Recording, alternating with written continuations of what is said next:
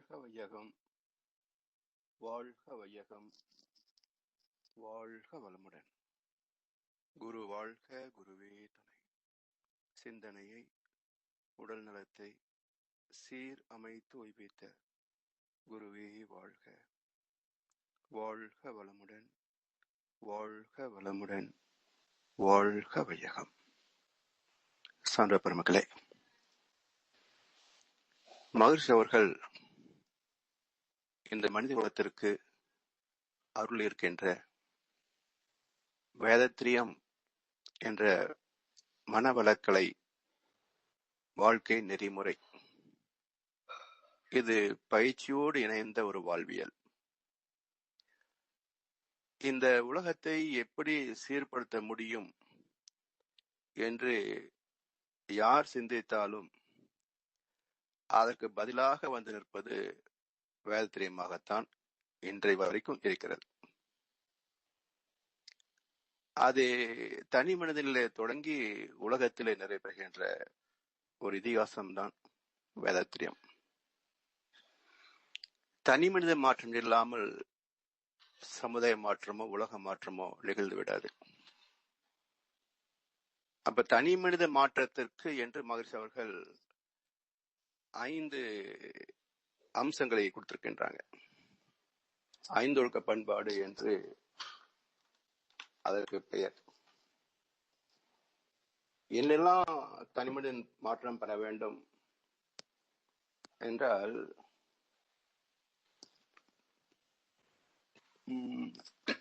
புதியதொரு பண்பாடு உலகுக்கு வேண்டும். போதை, போர், பொய், புகை ஒழித்து பொறுப்போடு அமல் செய்வோம். அதிக சுமை ஏதுமில்லை. அவரவர் தம் அறிவின் ஆற்றலினால் உடல் உழைப்பால் வாழ்வென்ற முடிவும். மதிப்பிழந்து மற்றவர்கள் மனம் உடல் வருத்தா மானறியும்.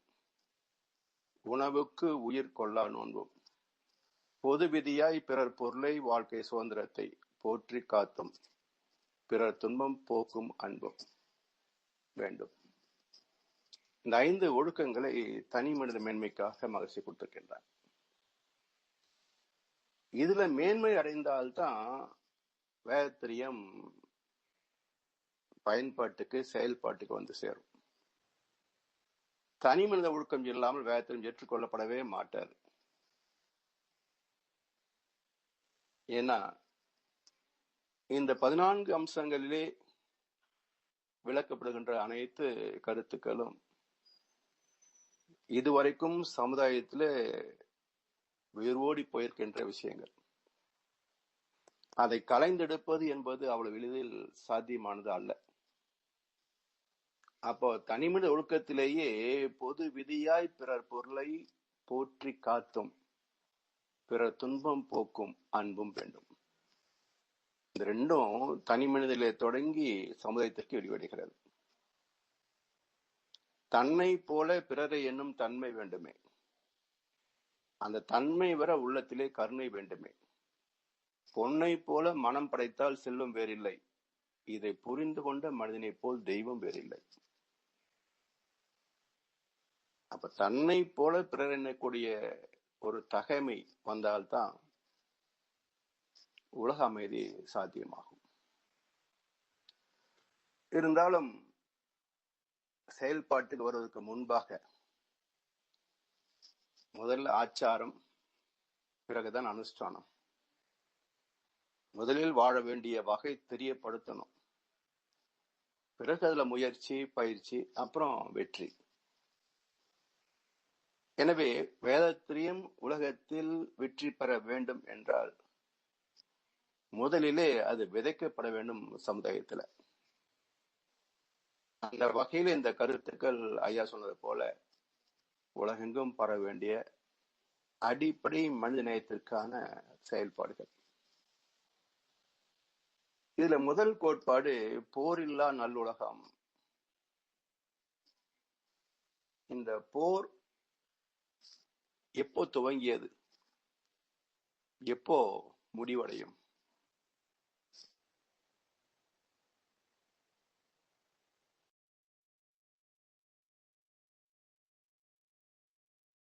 அடிப்படை கோபம். அல்லது பயம். கோபத்திற்கும் பயத்திற்கும் அடிப்படை ஆசை. ஆசைக்கு அடிப்படை தேவை. தேவைக்கு அடிப்படை இயற்கை விதி. இயற்கை விதிக்கு அடிப்படை இறைவன். கடவுள் செய்த பாவம். இங்கு காணும் துன்பம் யாவும் என்ன மனமோ என்ன குணமோ மனிதன் கொண்ட கோலம். இது கடவுள் செய்த பாவம். ஏன்னா இறைநிலையிலிருந்து எழுச்சி பெற்று இறை துகள் என்ற இயக்கம் வருகின்ற போதே அந்த இயக்கத்திற்கு உள்ள வேகத்திற்கான சக்தி ஒரு தேவையாச்சு. அப்ப தேவை தோன்றியதா அல்லது ப்ராவிடன்ஸ் என்று சொல்லக்கூடிய கொடை தோன்றியதா என்றால் கொடையிலிருந்து தான் இயக்கமே வந்தது. இறைநிலை பின்னப்பட்டதால் அந்த பின்னப்பட்ட துகள் இருக்கின்ற சக்தி தான் எழுச்சி பெற்று இயக்கமாச்சு. அப்ப இயக்கத்திற்கு வேண்டிய சக்தி என்பது இல்லை, இருப்பிலிருந்து தோன்றிய இயக்கம். இதை புரிந்து கொண்டால் உலக சமாதானம் வந்துடும். அடிப்படையே நமக்கு இருக்கு எல்லாமே. அது எங்கே குறைப்பட்டது, குறையாக உணரப்படுகிறது பாருங்களேன். தாவரங்கள் என்ற ஓரறிவு வரைக்கும் அதனது தேவைகள் அதனது கவனிச்சுக்கொள்ளும். இரண்டறிவு என்ற புழு தோன்றிய போதுதான் தேவையே தோன்றுகிறது. தன் உயிர் வாழ்வதற்கு தேவை இன்னொன்று, அதை தானே பெற முடியவில்லை. தாவரங்களைப் போல புழு தானே பெற முடியவில்லை. அந்த தேவைக்கு இன்னொன்றை சார்ந்தது, இந்த சார்பு வாழ்க்கை. அப்படி சார்கின்ற போது ஒன்றின் தேவை மற்றதன் பொருளில் இருந்து கிடைக்கும்.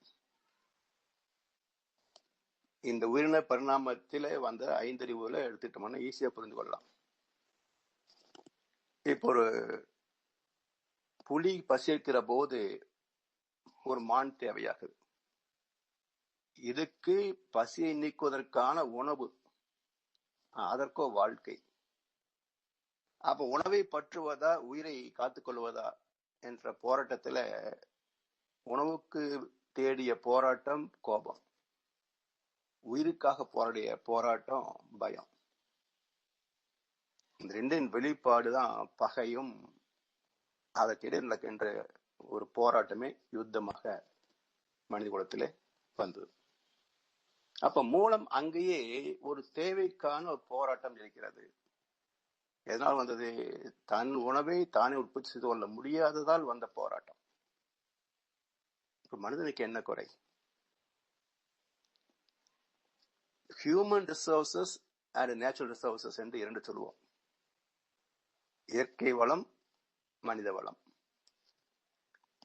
இயற்கை வளங்களை மாற்ற முடியாது, இயற்கை விதிக்குள் அடங்கியது. ஆனா அந்த இயற்கை வளத்தில் எந்த கட்டத்திலாவது குறை இருக்குமா, பற்றாக்குறை இருக்குமான்னு பாத்தீங்கன்னா இருக்கவே இருக்காது. இருக்கின்ற அனைத்து ஜீவன்களின் தேவைக்கு மேல் மிகுதியாக இருப்பதுதான் ரிசோர்ஸ் என்ற வார்த்தைக்கு பொருள். மோர் தென் எனஃப், சர்ப்ளஸ் என்ற அர்த்தம். அதே போல ஹியூமன் ரிசோர்சஸ், மனித வளம்.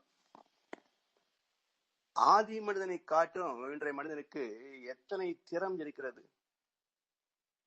இதுதான் மனித வளம்.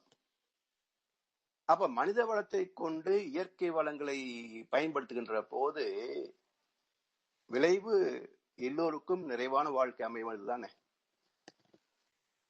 அப்படி அமையாததுக்கு காரணம் என்னவாக இருக்க முடியும் என்று பார்க்கின்ற போதுதான் அந்த விலங்கினத்தினுடைய இயல்பே மனிதனிடத்துல இன்றைய வரைக்கும் தொடர்ந்து வாழ்க்கையாக இருக்கிறது. இன்னொன்றுடைய உடலை உணவாக எடுத்துக்கொண்ட பழக்கப்பதிவு இருக்கு, அதே மையப்படுத்தி கொண்டு இன்றைக்கும் இன்னொருத்தருடைய வளத்தை பறிப்பதே இந்த போராட்டத்திற்கு அடிப்படை.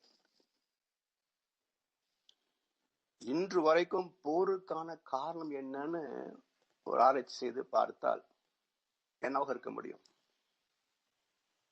ஒன்று, தன் நாட்டுக்கு தேவையான வளம் இன்னொரு நாட்டில இருக்கும், அதை பறிக்கணும். இன்னொன்று, தன் ஆதிக்கத்திற்கு உட்பட்ட எல்லையை விரிவாக்கணும். அப்ப இடத்தை கைப்பற்றுவது. இடத்தை கைப்பற்றி தன் ஆதிக்கத்தை செலுத்துவது பொசிஷன். அடுத்த அண்டை நாட்டுடைய வளத்தை தன் பொருளாக்கிக் கொள்வது பொசஷன். அப்ப பொசிஷன் அண்ட் பொசஷன், பொருள் பற்றும் மக்கள் பற்றும் தான் இந்த போராட்டத்திற்கு அடிப்படை.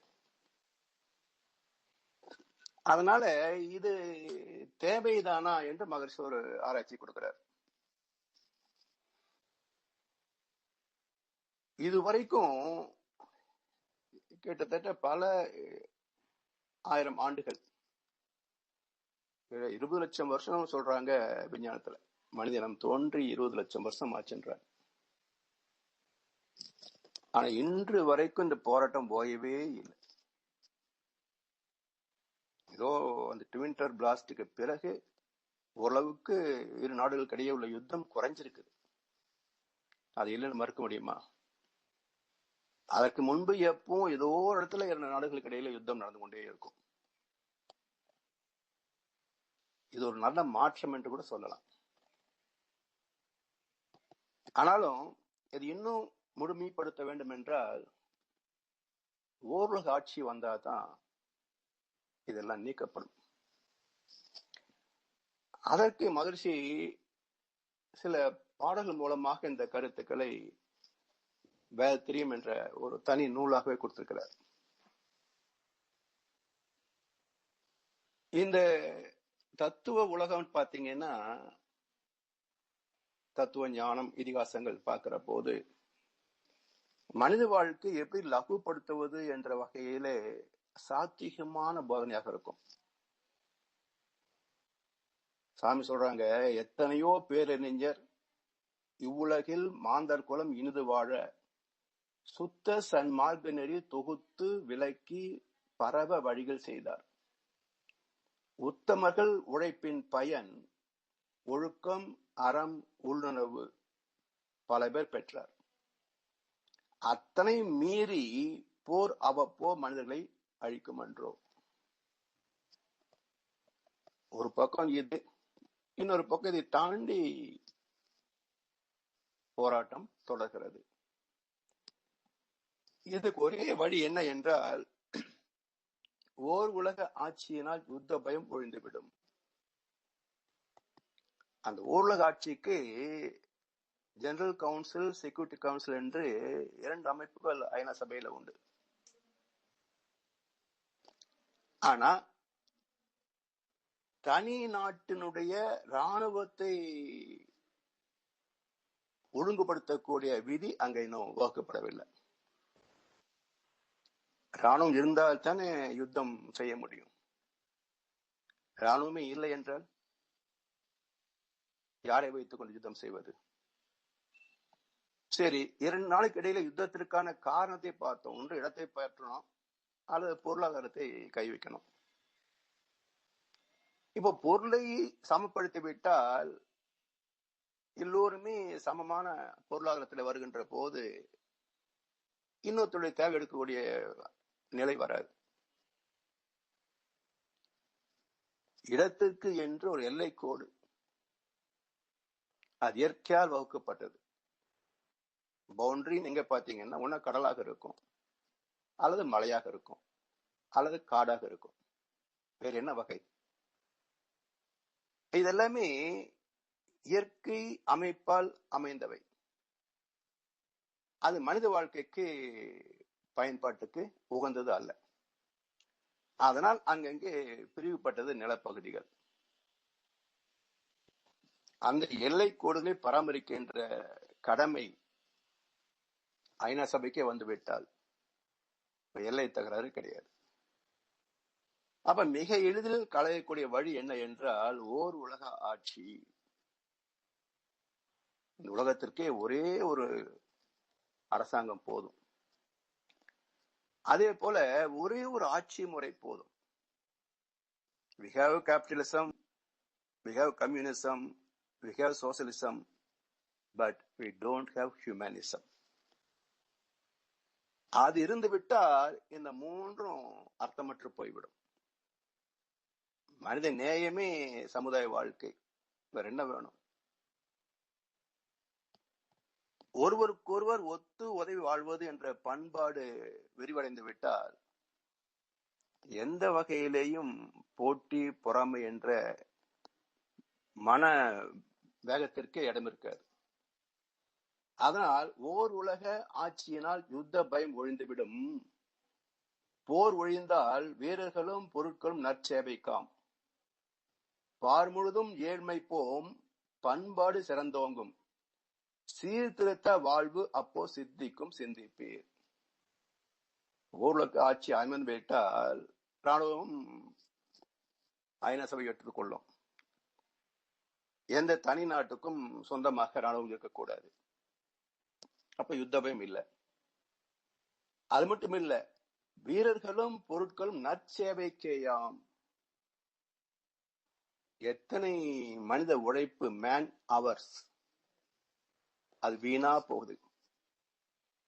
எத்தனை லட்சம் கோடி அந்த ராணுவத்திற்கு என்று ஒதுக்கப்படுகிறது ஒவ்வொரு ஆண்டும். இந்த பொருளையும் ராணுவ வீரர்களுடைய உழைப்பையும் சமுதாய நலத்திற்கு திருப்பிவிட்டால் எத்தனை ஆறுகளை தூர்வாரலாம், எத்தனை அணைக்கட்டுகளை கட்ட முடியும், சாலை அமைப்பதில் எத்தனை கிலோமீட்டர் நீளத்துக்கு சாலைகள் அமைக்க முடியும். அப்ப அற்புதமான திறமை மிக்க உடல் அமைப்பு கொண்ட ஒரு இளைஞர் கூட்டம் யுத்த பயிற்சி என்று வீணாக கொலை செய்யப்படுகிறது. யுத்தத்தில் நடக்கிற கொலை அது தனி.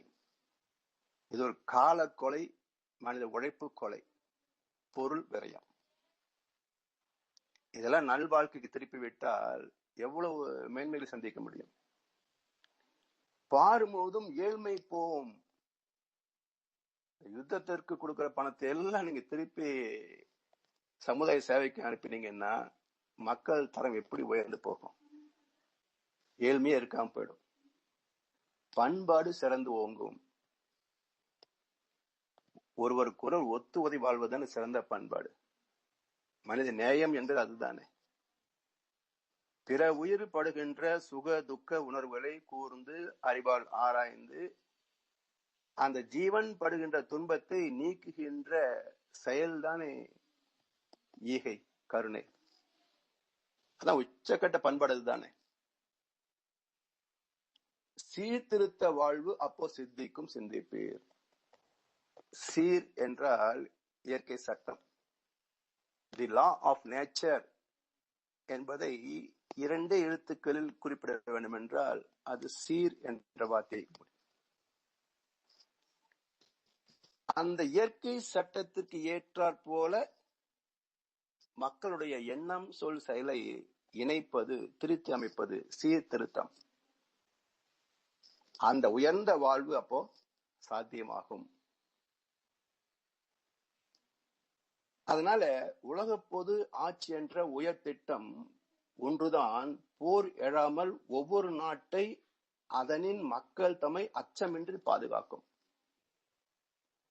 உலக பொது ஆட்சிக்கு குறைந்த திட்டம் எதுவெனினும் பயன் தராது. உயர்ந்துள்ளது விஞ்ஞானம், விரைவு பயணம், செய்தி, வணிகம் எல்லாம். உலக பொது ஆட்சியின்றேல் இவை எல்லாம் அவ்வப்போ தகர்ந்து போகும். உண்மையிலே அனைத்துலக மக்களும் போர் அச்சமின்றி பாதுகாப்பாய் உலகில் வாழ்ந்து உயவெனில் ஒவ்வொருவரும் இவ்வுயர்ந்த எண்ணத்தை உலகுக்கு அலையலையாய் பரவிட வேண்டியது கடமையாகும். இப்போ உலக பொது ஆட்சி என்ற உயர்ந்த திட்டம் ஒன்றுதான் போர் எழாமல் காக்கும். அது இல்லாமல் உலக பொது ஆட்சிக்கு குறைந்த திட்டம் எதுவெனினும் பயன் தராது. இந்த ஒன்றை தவிர வேறு எந்த வகையான அரசியல் அமைப்போ சாசனமோ வாழ்க்கை முறை இருந்தாலும் அது நிறைவான பயன்பாட்டை தரவில்லை என்பதுதானே இத்தனை நூற்றாண்டுகளின் சரித்திரம். உயர்ந்துள்ளது விஞ்ஞானம். விஞ்ஞான வளர்ச்சி என்பது எந்த உயர்ச்சி தொட்டிருக்கிறது என்றால் உச்சகட்டத்தை தொட்டுவிட்டது என்று சொல்லலாம். காட் பார்ட்டிகள் வரைக்கும் விஞ்ஞானம் வளர்ந்து விட்டது. மிச்சம் எது என்றால் ஸ்பேஸ் தான். அப்ப அதுவரைக்கும் வளர்ந்த விஞ்ஞானத்தின் பயன்பாடு என்ன என்றால் எல்லாவற்றிலேயும் நமக்கு ஒரு சைடு எஃபெக்ட் இருக்கு. அணுவை கண்டது விஞ்ஞானத்தின் வெற்றி. அந்த அணுவிலிருந்து மின்சக்தி எடுத்திருந்தால் மனித வாழ்க்கை வெற்றி பெற்றிருக்கும்.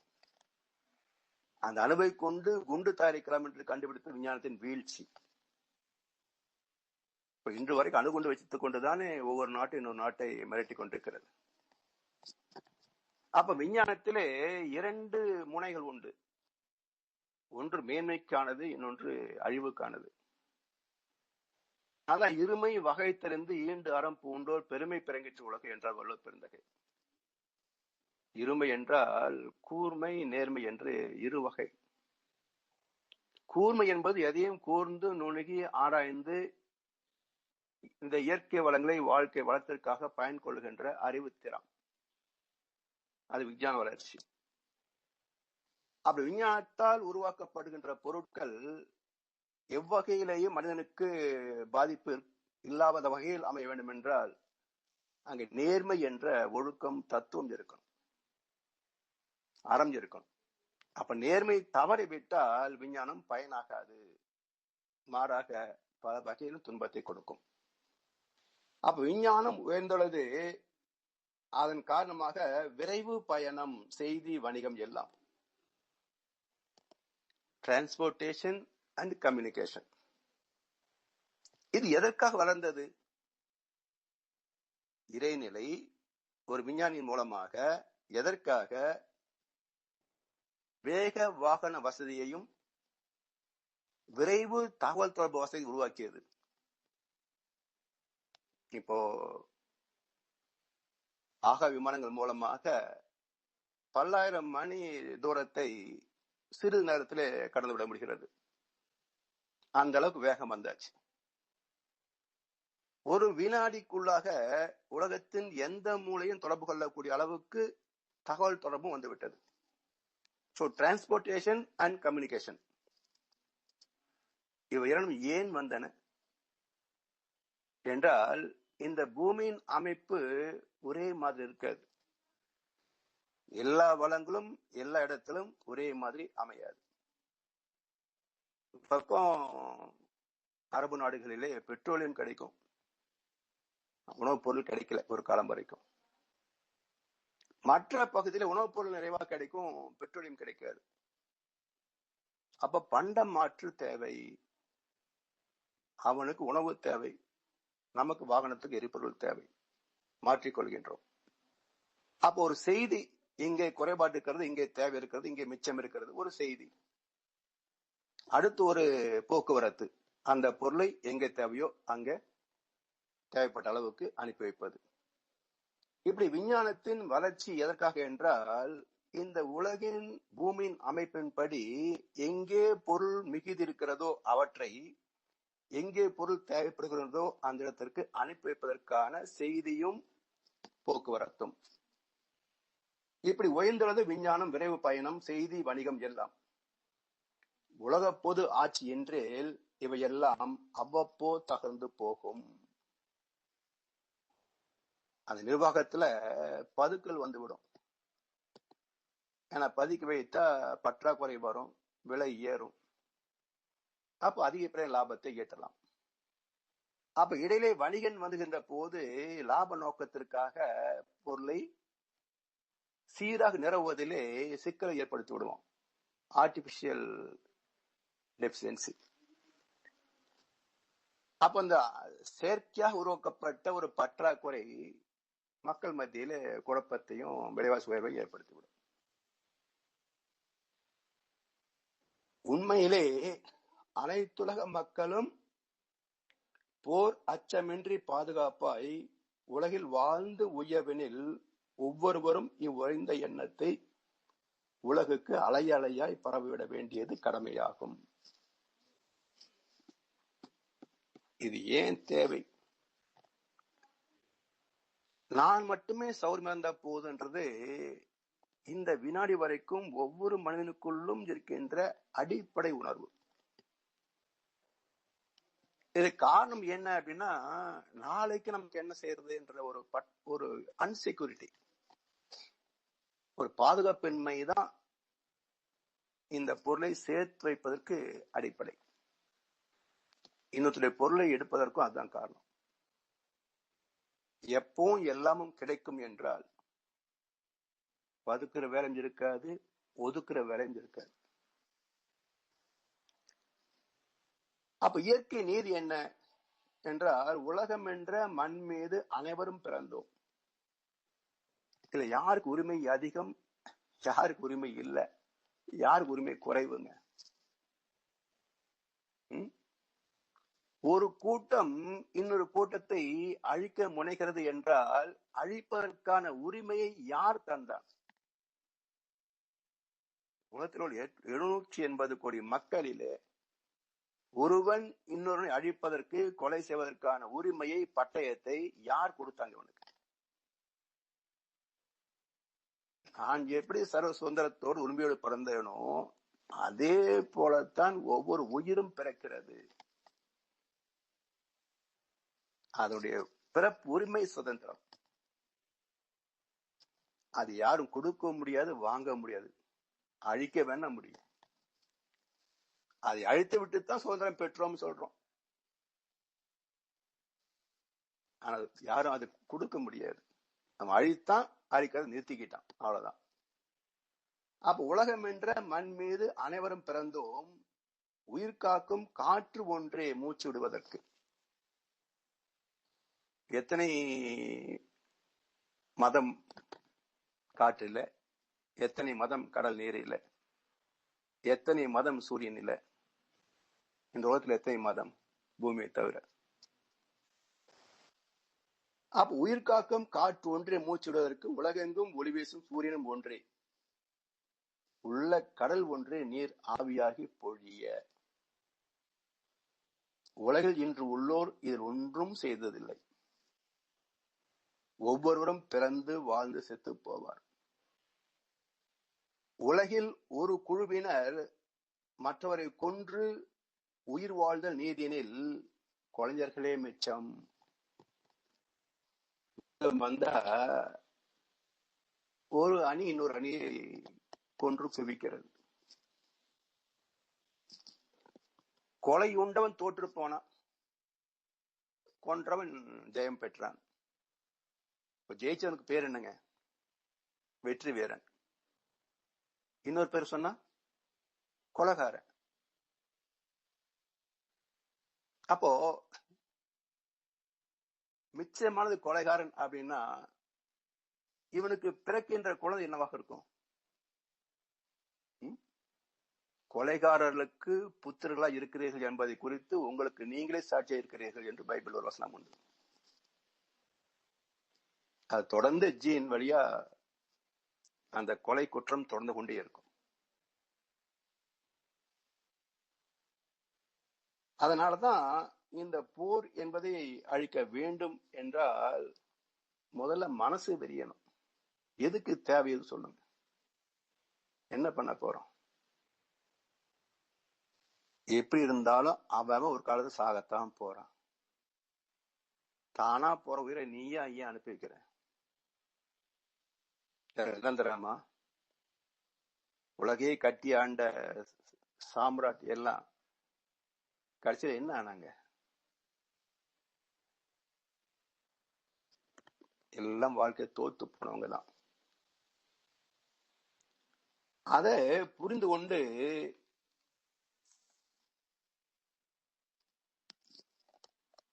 நம்மை போலவே மற்றவர்களும் வாழணும் அப்படின்ற உணர்வு வந்தால்தான் அதை திருத்தி அமைக்க முடியும். உலகத்திலே ஒரு போர் இல்லாத அமைதி நிரந்தரமாக நிலவ முடியும். பார் முழுதும் உலக சமாதான சங்கம் பல பிரிவில் மக்களுக்கு கடமை செய்து ஆர்வமுடன் அரசுக்கு ஒத்துழைத்து அனைத்துலக நிலையமாய் விளங்கி நிற்கும் நேர்மையுள்ள பொறியியலார், மருத்துவர், நினைவறிந்தோர், விஞ்ஞானி இவர்கள் சேவை ஊர்தோறும் ஒவ்வொருவருக்கும் கிட்ட உதவுவதோடு அறிவுக்கு விழிப்புணர்வும் ஊட்டும். பார் முழுதும் உலக சமாதான சங்கம். இந்த உலக சமுதாய சேவா சங்கம், இதுல ஒரு நுட்பம் இருக்குங்க. இது ஏன் உலக சமாதான சேவா சங்கம்னு பேர் வைக்கல மகரிஷி? அதுக்கு ஏன் உலக சமுதாய சேவா சங்கம் பேர் வச்சாங்க? உலக சமாதான சேவா சங்கம் பேர் வச்சிருந்தால் ஒரு நாளில் உலகம் சமாதானத்துக்கு வந்து விடலாம்.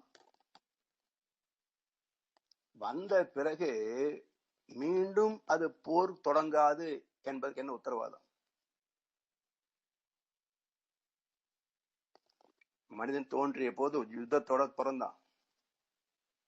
அங்கெங்க கூட்டம் கூட்டம் தானே பிறந்தான். யுத்தம் எப்படி தோன்றியது? அதே போல உலக சமாதானம் வந்து விட்டாலும் மீண்டும் யுத்தம் தோன்றாது என்பதற்கு என்ன உத்தரவாதம்? அப்போ பெற்ற சமாதானத்தை போற்றி காப்பதற்கு உலக சமுதாய சேவா சங்கம் என்றைக்கும் வேண்டும். ஏனென்றால் இதன் கடமை தனி மனித ஒழுக்கத்தை பாதுகாப்பது, வருகின்ற சந்ததிக்கு இந்த பண்பாட்டை பயிற்றுவிப்பது. அதனால் பெற்ற சமாதானத்தை தக்க வைத்துக் கொள்ள வேண்டும் என்றால் தொடர்ந்து இந்த உலகத்திலே சமுதாய சேவா சங்கங்கள் என்ற வகையிலே இந்த வாழ்க்கை ஒழுக்கத்தையும் தர்மத்தையும் போதிப்பதற்கு என்று ஒரு அமைப்பு இருக்கணும். அப்ப பார் முழுவதும் உலக சமாதான சங்கம் பல பிரிவில் மக்களுக்கு கடமை செய்து, அது ஒன்றுதான் உலக சமுதாய சேவா சங்கம்.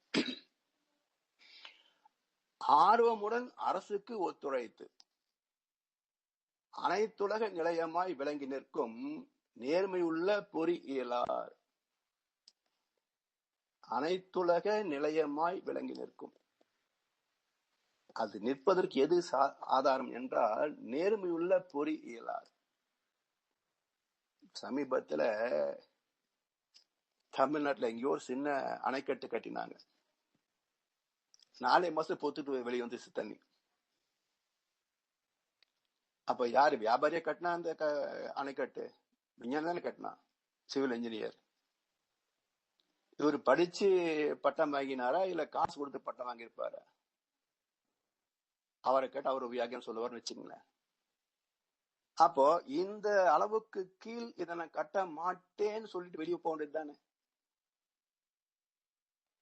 யார் என்ன நிர்பந்தித்தாலும் இதுக்கு மேல கட்டினா அது பால்பட்டு போகும், அந்த வேலை நான் செய்ய மாட்டேன், அந்த வேலையும் வேண்டாம், அந்த லாபம் வேண்டாம், அந்த தொழிலும் வேண்டாம், போக வேண்டியது தானே.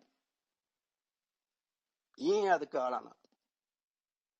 அப்ப மனசுல நேர்மை இல்லை, நெஞ்சில் உரமுமின்றி நேர்மை திறமுமின்றி வஞ்சனை செய்வாரடி கிளியே. இப்படிப்பட்டவங்க தமிழ்நாட்டில் நிறைய பேர் இருக்கிறான். அதனாலதான் இத்தனை வருமானம் இருந்தும் அரசுக்கு எந்த ஒரு நிரந்தரமான வளர்ச்சியும் கொடுக்க முடியாமல் ஒரு ஆட்சி. அப்ப நேர்மையுள்ள பொறியியலார், தனி மனிதன் முதற்கொண்டு எந்த துறை எடுத்துக்கொண்டால் நேர்மை அது அடிப்படை பண்பு. அது மருத்துவர்கள், இவர்களுக்கும் நேர்மை வேணும். இன்றைக்கு எத்தனை மருத்துவமனைகள் சம்பளம் கொடுக்கறாங்க. ஆனா ஒரு நோயாளி வந்து விட்டால் அவனுக்கு தேவை இருக்கோ இல்லையோ அங்க வாங்கி வச்சிருக்க அத்தனை மிஷினுக்கும் வேலை கொடுக்கணும். என் கையில ஒரு சின்ன ஒரு கேங்லியான்னு சொல்லுவாங்க, சின்ன கட்டி வந்து இங்க ஒரு புகழ்பெற்ற மருத்துவமனையில ஒரு 3 நாள் நான் அட்மிட் ஆயிருந்தேன். அப்ப இது என்ன பாத்துலாம சொல்லி இதுக்கு என்ன ஒண்ணு அவர் சொல்றாரு, ஒரு அல்ட்ராசவுண்ட் ஸ்கேன் எடுத்துருங்க. அவர் எடுத்துக்கிறத பார்த்தா அது என்ன கண்டுபிடிப்பாரு எனக்கே புரியல. சரி பரவாயில்ல. அப்புறம் சொல்றாரு மருத்துவர், ஒன்றும் இல்லை, சின்ன கொழுப்பு கட்டி தான், ஒரு சின்ன கரெக்ஷன் பண்ணிடலாங்க. என்ன, ஒரு மைனர் சர்ஜரி. அதுக்கு ஒரு 20,000 பில் போடுவோம் வச்சுங்களேன். எங்க ஹோமி டாக்டர்கிட்ட காட்டினேன். இவ்வளவுதானா அப்படின்ட்டு ஹோமி ஃபில்ஸ் கொடுத்தாரு. 10 நாள்ல காணாம போயிடுச்சு. அப்போ திறமையுள்ள மருத்துவர் தான், நல்ல மருத்துவமனை தான், ஆனா நேர்மை நிர்வாகத்திலும் இல்லை, மருத்துவர்கிட்டையும் இல்லை. அது மாதிரி நேர்மை பொறியியலாருக்கு மட்டுமல்ல, ஒவ்வொரு மனிதனுக்கும் வேண்டும். மருத்துவர் நினைவறிந்தோர் என்றால் அறிவில் சிறந்த ஞானிகள், பக்தி மார்க்கத்தை கையில் வைத்திருக்கின்றவர்கள். விஞ்ஞானி, புதிய புதிய கண்டுபிடிப்புகள். இந்த கண்டுபிடிப்புகளை ஒரு இடத்துல நிறுத்திட வேணும். செல்போன் அப்படின்ற ஒரு அவசியம் தான். எங்கே உள்ள ஒருத்தரோட தொடர்பு கொள்ளணும், இல்ல போகிற இடத்துல கையில ஒரு அலைபேசி இருந்தா சௌரியமா இருக்கும். இதெல்லாம் நம்ம அனுபவத்துல பட்ட சிரமங்கள் தான். இதுல எதுக்கு latest version, latest model, latest model, latest model தொடர்ந்து மாத்திக்கிட்டே போற போது அதுக்காக உழைக்கின்ற மக்கள் கூட்டம் இருக்குங்க. 1 லட்ச ரூபாய் போட்டு வாங்கணும்னு ஆசைப்பட்டுட்டான், சம்பளத்துல வாங்க முடியாது, இப்ப லஞ்சம் வாங்கலான்ற கை நீட்டுறான். அப்ப ஒரு பொருள் ஒரு அளவுக்கு மேல் அது பயன்பாட்டுக்கு தேவையில்லை என்றால் அதோடு நிறுத்திடலாம். மெயின்டெனன்ஸ்க்காக மட்டும் வச்சுக்கிட்டு புதிய கண்டுபிடிப்புகளை தவிர்த்து விடலாம். தொடர்ந்து ஒரு கம்பெனி ஆரம்பிச்சா அது புதுசு புதுசா கொடுத்துட்டு கட்டாயம் ஒன்றும் கிடையாது. இப்படி ஒரு எல்லை கூட வகுத்தால்தான் மனிதனுக்கும் புது மாடல் மேல மோகம் குறையும். அப்ப விஞ்ஞானி ஒரு துறையிலேயே தொடர்ந்து சிந்திப்பதற்கு பதிலாக ஒன்று போதும் என்று அடுத்த துறையில் அதே அறிவை கொண்டு கொஞ்சம் அதுல இருந்து விலகி போகலாம். இப்போ நியூக்ளியர் சயின்ஸ் படிச்சா ஆங்காலஜி பண்றது இல்லையா, அது மாதிரி நியூக்ளியர் சயின்ஸ்லயும் ரிசர்ச் பண்ணலாம், ஆங்காலஜி ரிசர்ச் பண்ண முடியும். அது சார்ந்த ஒன்று உடனே சிவில் போக முடியாதுன்னு வச்சுக்கோங்க. பட் நியூக்ளியர் சயின்ஸ்ல இருந்து ஆங்காலஜி போக முடியுமில்ல. அது மாதிரி ஒரு துறையில் உச்சத்தை தொட்டு விட்டால் அதை மூடிவிட்டு அடுத்த துறையில போயிடணும். அப்ப விஞ்ஞானிக்கும் அந்த உணர்வு வேணும். இவர்கள் சேவை ஊர்தோறும் ஒவ்வொருவருக்கும் கிட்ட உதவுவதோடு அறிவுக்கு விழிப்புணர்வும் ஊட்டும். இதுதான் ரொம்ப முக்கியமான வேலை. அந்த விழிப்புணர்வு வராத வரைக்கும் எந்த நல்ல அமைப்பும் சீர்கெட்டு போகும்.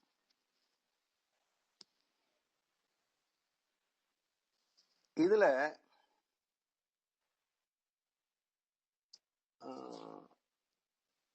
மனித வாழ்க்கை தத்துவத்தை எல்லா மக்களுக்கும் விளக்கிடவும், இராணுவத்தை இனி எங்கும் இல்லாமல் செய்வதற்கும், எல்லா நாடுகளுக்கும் ஒத்து உலக ஆட்சி புனித மனப்பான்மையுடன் தோன்றவும் நல் பொறுப்புடைய அறிஞர் பல சேர்ந்த சங்கம் கனிவுடனே அரசியலை ஏற்கும் கட்சிகளை பண்படுத்தும் கடமை செய்யும். இன்னொரு கவியில சொல்ற,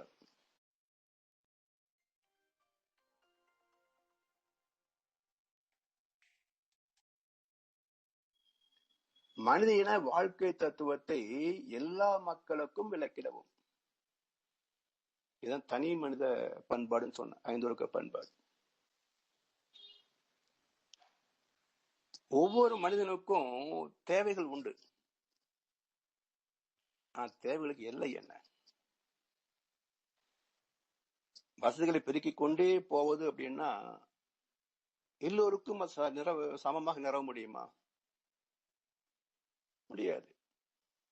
அப்போ இந்த உடம்புக்கு என்று சௌகரியங்களை மேற்படுத்தி கொண்டே போனோம்னா அது எல்லோருக்கும் கிட்டாத போது உள்ளவனை பார்த்து இல்லாதவனுக்கு பொறாமை வரும். அதை எப்படியோ அடைய வேண்டும் என்று வருகின்ற போது தர்மம் கெட்டு போகும். அதுவே திருட்டு, கொள்ளை, கொலை பல குற்றங்களுக்கு காரணமாகும். அதனால எல்லாம் ஒரே மனசு உடம்பு தானே. இல்லைன்னு அவருக்கு மட்டும் அவ்வளவு வசதி வேணும், இவருக்கு வேண்டியது இல்லையா? அப்போ அதை உழைத்து ஈட்டக்கூடிய நிர்வாக அமைப்பு இல்லை என்றால் கம்யூனிசம் வந்துடும். யார் நல்லா சம்பாதிச்சு வச்சிருக்கிறானோ அதை பிடிங்க எல்லாருக்கும் பங்கு போடுமா. இதுக்கு என்ன பேருங்க? இது ஒரு வகையில கொள்ளதானே.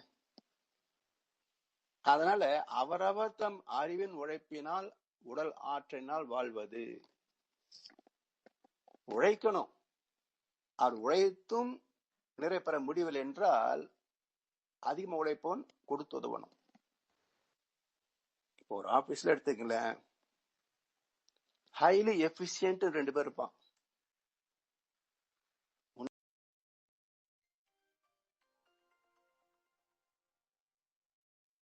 விளங்காத உதவாக்காரன் 2 பேர் இருப்பான்.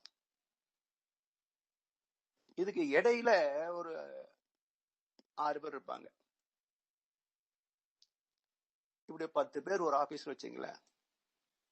இந்த ஹைலி எஃபிஷியன்ட் நினைக்கிறவனு என்ன நினைக்கிறாங்க, நான் என் திறமை வச்சுக்கிட்டு அவ்வளவு உழைக்கிறேன், அவன் ஒழுங்கு வேலை செய்ய மாட்டேன்றான், அவனுக்கு என்னோட சம்பளம் தான்றான்.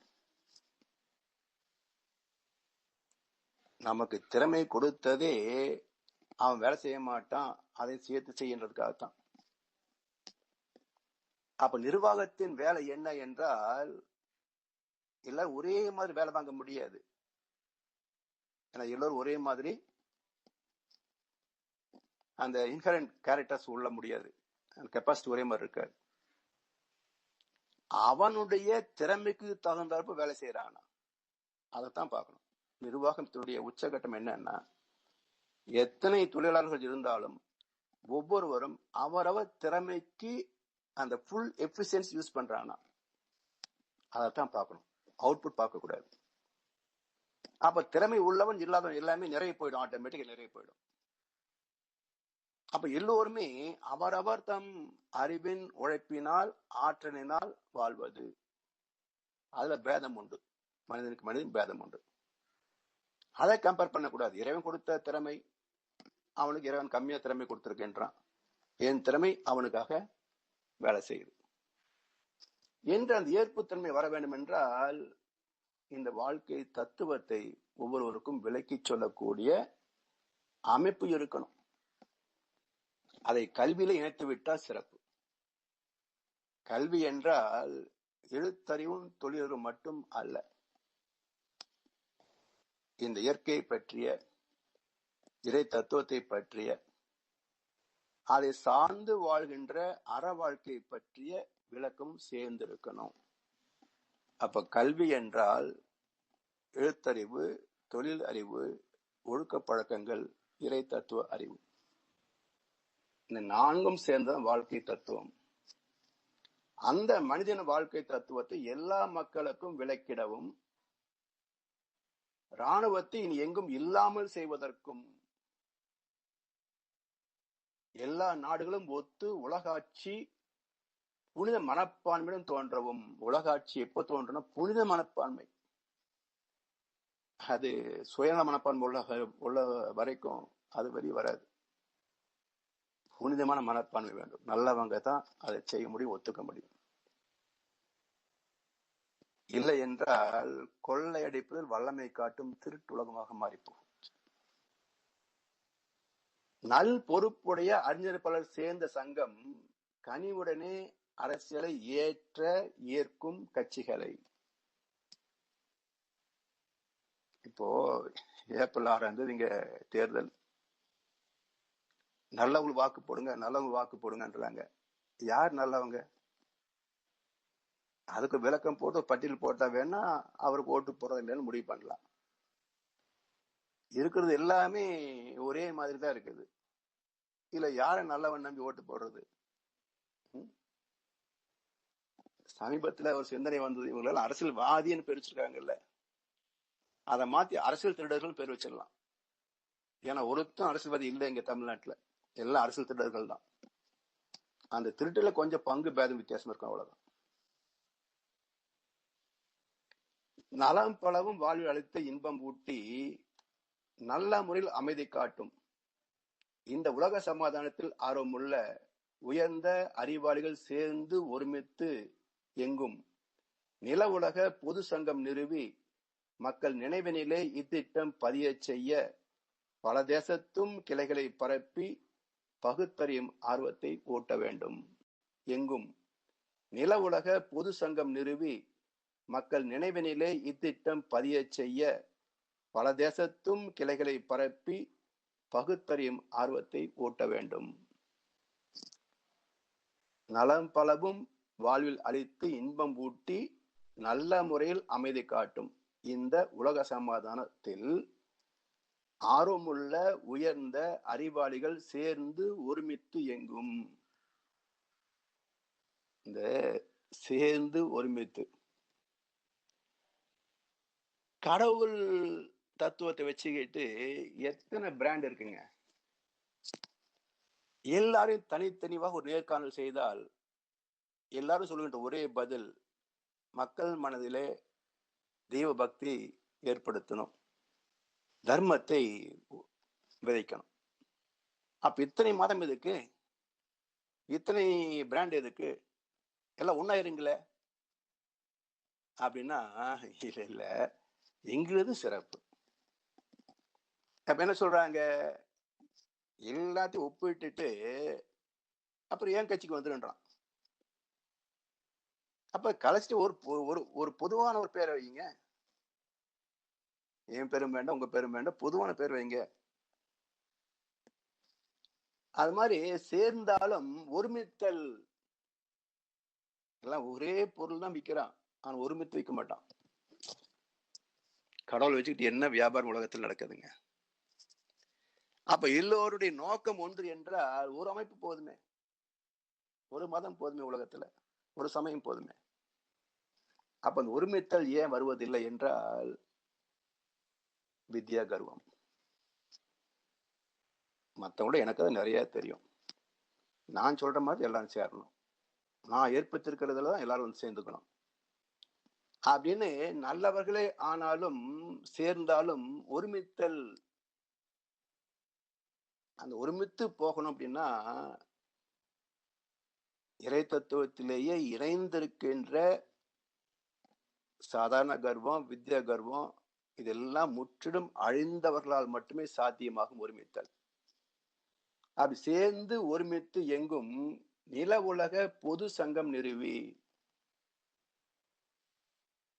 உலக பொது அருள்நெறி சமயம் என்று ஒன்று இருக்குங்க. எந்த கட்சியும் வேண்டாம், எந்த கடவுள் கட்சியும் வேண்டாம், எல்லாரும் பொதுவான ஒன்றுக்கு வந்துருங்க. உலகம் பொது, இறைவனம் ஒன்றேதான். அப்ப அந்த ஒரு அமைப்புக்கு வந்து விட்டால் நில உலக பொது சங்கம் நிறுவினால் எல்லா மக்களுக்கும் ஒரே கோட்பாடு வந்துவிடும். அந்த பேதங்களை வைத்து பிரிச்சதுதான் வர்ணாசிர தர்மம். அதை வச்சுக்கிட்டு எப்பவுமே தான் உயர்ந்தவனாக மற்ற தாழ்ந்தவனாக பேச முடியாது.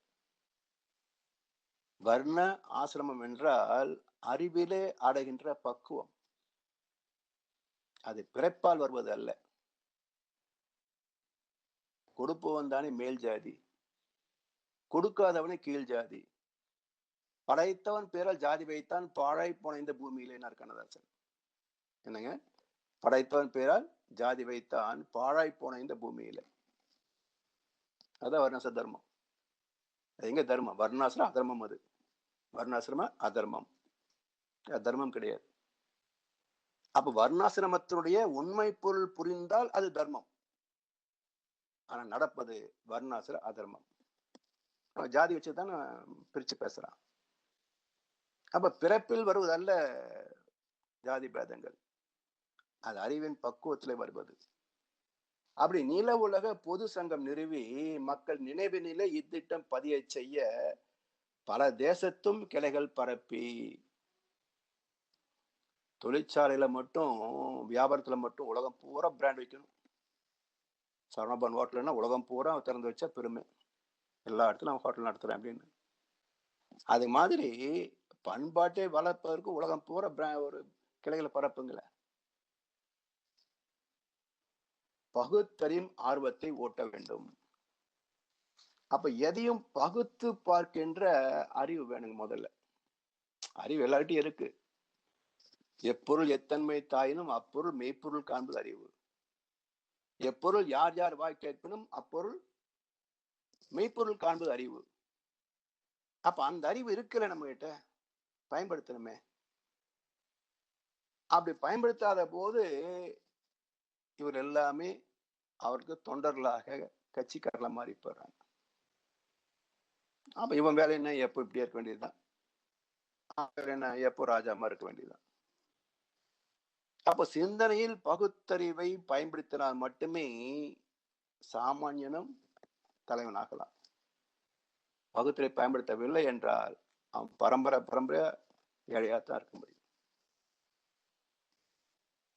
அதனால போராட்டம் தனி மனிதரிடையே ஒழித்து போகவெனில் பொதுவுடைமை முறைய வேண்டும்.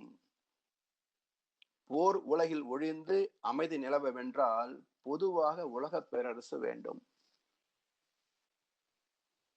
போரியலில் செலவாகும் மனிதர் ஆற்றல் பொறியியலில் திரும்பிவிடும் அக்காலத்தில் யாரிடமும் விஞ்ஞான அறிவு ஓங்கும். இயற்கை அமைப்பில் விளைவில் யூகம் நிற்கும். சூரியனின் ஒளிப்பட்டு சூடு பெற்று சூட்சுமமாய் அணு அடையும் காந்த சக்தி வீரியத்தை சேகரிக்க பொருள்கள் செய்வோம். விவேகத்தின் உச்சத்தில் ஒழுங்காய் வாழ்வோம் என்று இன்னொரு கவியில சொல்ற. போரியலில் செலவாகும் மனிதர் ஆற்றல் ஏற்கனவே சொன்ன கருத்து. பொறியியலில் திரும்பிவிடும். அப்ப அந்த அறிவு உற்பத்தி எல்லாம் ஆக்கப்பூர்வமான சமுதாய மேம்பாட்டுக்கு என்று திருப்பிவிட்டால் பொறியியல் திரும்பிவிடும். அக்காலத்தில் யாரிடமும் விஞ்ஞான அறிவு ஓங்கும். ஒவ்வொருக்குள்ளையும் அந்த இயற்கை பற்றிய அறிவு மேம்பட வேண்டும். இயற்கை வளங்கள் எல்லா இடத்தும் ஒரே மாதிரி இருக்காது. இப்ப கோயம்புத்தூர் பொறுத்த வரைக்கும் பாத்தீங்கன்னா ஒவ்வொரு வெயில் கோடை காலத்திலையும் நீர் பற்றாக்குறை வரும். அப்ப என்ன விஞ்ஞான அறிவு தேவை?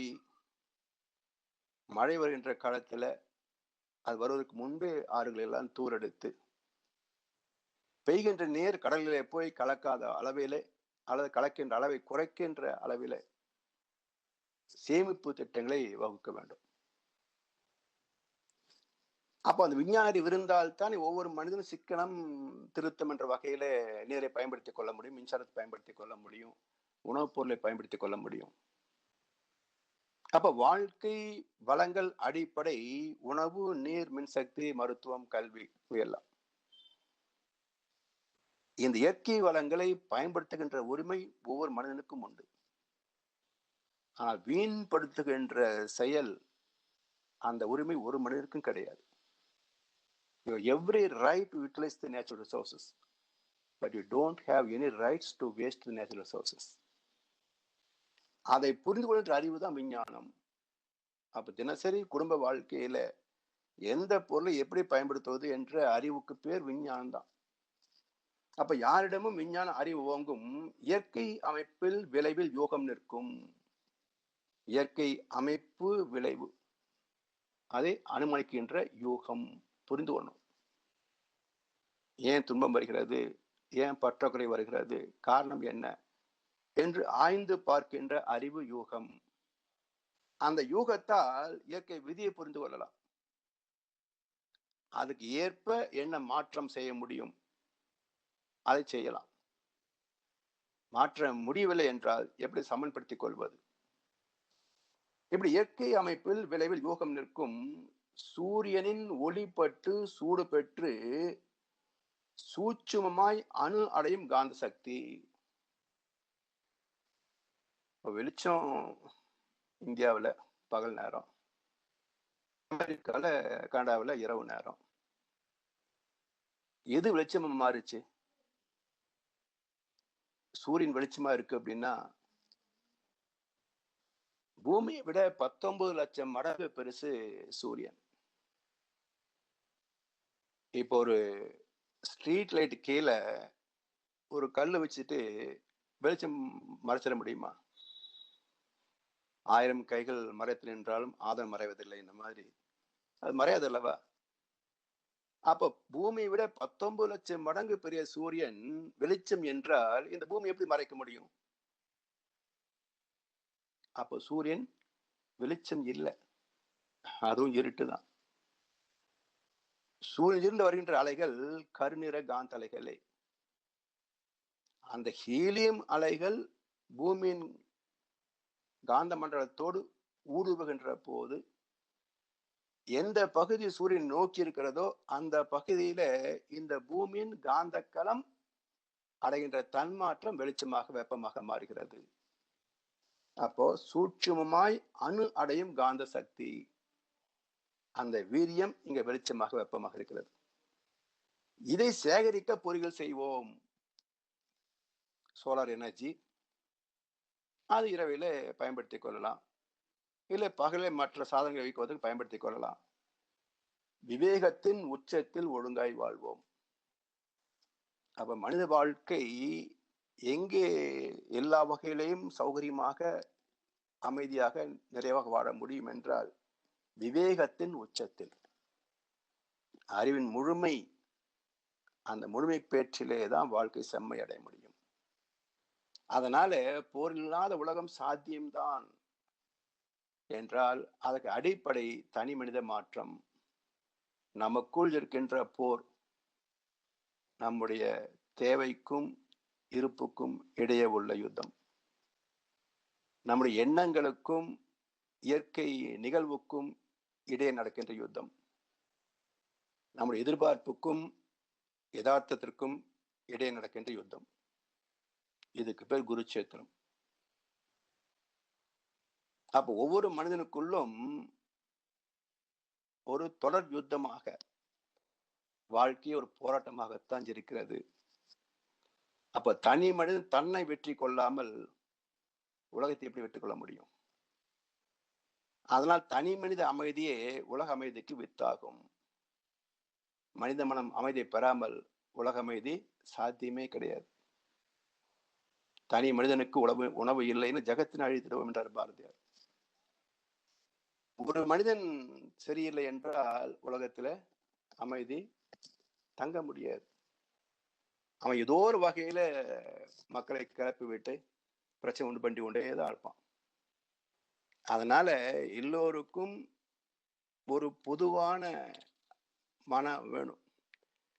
தன்னை போலவே எல்லோரும் ஏற்றுக்கொள்ளக்கூடிய பக்குவம் வரணும். அதற்கு வாழ்க்கையை பற்றிய புரிதல் இருந்தால் மட்டுமே சாத்தியம்.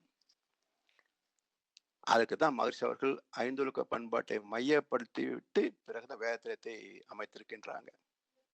அப்போ தனி மனித ஒழுக்கத்திலே உடல் நலம், மனபலம், நட்பு நலம், ஆன்ம தூய்மை, இறை உணர்வு, இந்த 5 படிகளிலையும் மேன்மை அடைகின்ற போது இந்த 5 ஒழுக்கங்கள் இயல்பாக அமைந்து போகும். அப்போ தன்னுடைய உடல் உழைப்பால் அறிவின் திறத்தால் வாழ்வது, மற்றுடைய சுதந்திரத்தை மற்றுடைய உரிமைகளை நசுக்காமல் இருப்பது, உணவுக்காக உயிர் கொள்ளுகின்ற ஒரு வேலை செய்யாமல் இருப்பது, மற்றுடைய பொருளையும் சுதந்திரத்தையும் போற்றி காப்பது, துன்பப்படுகின்ற உயிர்களுக்கு மனிதர்களுக்கு உதவி செய்வது. அப்படி 5 வாழ்க்கை வள படிகளிலே உயர்கின்ற போது 5 ஒழுக்கம் மேன்மை பெறும். அந்த ஒழுக்கத்தின் விரிவு தான் குடும்ப அமைதியாக, சமுதாய அமைதியாக, உலக அமைதியாக மாற்றம் பெறும். அப்போ இந்த உலகத்திலே எந்த பகுதியிலேயும் யுத்தம் என்பது இருக்கவே இருக்காது. ஏன்னா எல்லாருடைய வாழ்க்கை தேவைகளுக்கும் மேல் இயற்கை மிகுதியாகத்தான் வைத்திருக்கிறது. நமக்கு எந்த குறைபாடும் கிடையாது. அதுக்கு சீர்படுத்த வேண்டும் என்றால் சில இயற்கை விதிமுறைகளை நாம் பின்பற்ற வேண்டும். உணவு எல்லாருக்கும் ஏன் கிடைக்கல அப்படின்னா, ஒரு சித்தர் பாட்டுல வரும், ஒரு வேளை உண்பான் யோகி, இரு வேளை உண்பான் போகி, 3 வேளை உண்பான் ரோகி, 4 வேளை உண்பான் துரோகி என்று ஒரு பாட்டு உண்டு. அப்ப இந்த உடல் வாழ்க்கை, ஆத்மா சார்ந்த வாழ்க்கை அதாவது யோகி, அவருக்கு ஒரு வேளை ஒரு பிடி உணவு போதும். தொழில் செய்து சமுதாயத்திலே வாழ்கின்ற மக்களுக்கு, இல்லறத்தில் வாழ்கின்ற மக்களுக்கு இருவேளை உணவு போதும். 3 வேளை சாப்பிட்டாலும் வியாதி தானா வந்துருன்றாரு. 4 வேளை சாப்பிட்டா இவன் துரோகி.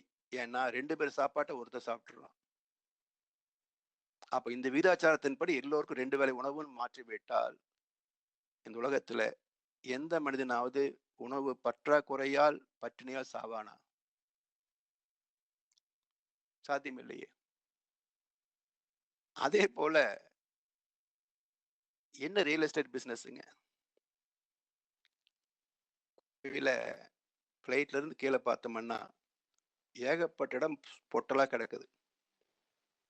ஆனா இன்னும் நவநாசி ரோடு, திருச்சி ரோடு, ஆர்எஸ்புரம் இப்படி குறிப்பிட்ட இடங்களிலேயே குவியறாங்களே தவிர, கொஞ்சம் விலகி போவதற்கு விருப்பம் இல்ல.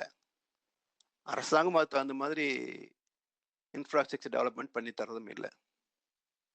அப்ப எல்லாம் அறிவின் குறைபாடு. அரசுக்கு என்ன கடமை என்பது யாருக்கும் தெரியாதுங்க. நான் கேட்டேன், ஓட்டு போடுவது ஒவ்வொரு வாக்காளரின் கடமை. ஜனநாயக உரிமை அப்படின்னாங்க. நான் கேட்கிறேன், சரி ஓட்டு போடுவது ஒவ்வொரு வாக்காளரின் ஜனநாயக கடமை. அப்ப வேட்பாளரின் ஜனநாயக கடமை என்ன? அது சொல்லுங்க. ஓட்டு போட என்னுடைய உரிமை, கடமை சொல்லிட்டீங்க. அவனுடைய கடமை என்ன? வேட்பாளருக்கு என்ன கடமை? கொள்ளையடிப்பதா? அதனால இது மாதிரி ஒரு பக்கம் மட்டுமே நியாயத்தை பேசுறானே தவிர, இவனுக்கு திருப்பி யோசிக்கணும் கூட தோன்ற மாட்டேங்குது. ம். இப்படி ஒவ்வொன்றையும் யோசிச்சு பார்த்தோம் அப்படின்னாக்க, இந்த வாழ்க்கை ஒண்ணுமே கிடையாதுங்க. இருக்கிறத வச்சுட்டு கொஞ்ச நாளைக்கு வாழ்ந்துட்டு போறோம் அவ்வளவுதான். உனக்கு முன்னே இருந்த நிலம், ஊருக்கெல்லாம் கொடுத்த நிலம், உனக்கு பின்னும் இருக்குமடா, உரிமை என்றால் சிரிக்குமடா. எனக்கு என்ன 50 ஏக்கர் நிலம் சொந்தம், எனக்கு என்ன இந்த நாடு பூரா சொந்தம். மண்ணுக்கு சொந்தம் இந்த உடம்பு. இவ்வளவுதான் வாழ்க்கை. அது புரியாததுனால ஒவ்வொரு மனிதனுக்கும் தான் எடுத்த தொழில்ல உலகம் பூரா நானே கொடி கட்டணும்னு நினைக்கிறான். ஒவ்வொரு அரசியல்வாதி நானே உயர்ந்த பதவியில் இருக்கணும்னு நினைக்கிறான். உயர்ந்த பதவிக்கு வந்து எவனும் கீழே இறங்கவே விரும்ப மாட்டேன்றான். அப்போ போராட்டம் இருக்கத்தானே செய்யும். அதனால போர் இல்லா நல்லுலகம் வேண்டும் என்றால் முதல்ல போர் இல்லாத மனம் வேணும். அமைதியான மனம் வேணும். அமைதியான இல்லம் வேண்டும். அமைதியான சமுதாயம் வேண்டும். அதுக்குதான் தனிமனித அமைதியே உலக அமைதிக்கு அடிப்படை. அதை புரிந்து கொண்டு இன்றைக்கு நம்முடைய கடமை என்ன என்றால், என்னுடைய மனம் அமைதியாக இருக்கிறதா? எனக்குள் போராட்டம் இல்லாம நிம்மதியா இருக்க முடிகிறதா? அது நான் அடைந்த வெற்றி. அதே போல் ஒவ்வொரு மனிதனும் வெற்றி பெறுகின்ற போது உலகத்தில் யுத்தம் அற்றுப்போகும். அதுவரை நம் கடமை அறவாழ்வின் நாட்டத்தை சிறக்கட்டும். வாழ்க வளமுடன், வாழ்க வளமுடன், வாழ்க வையகம்.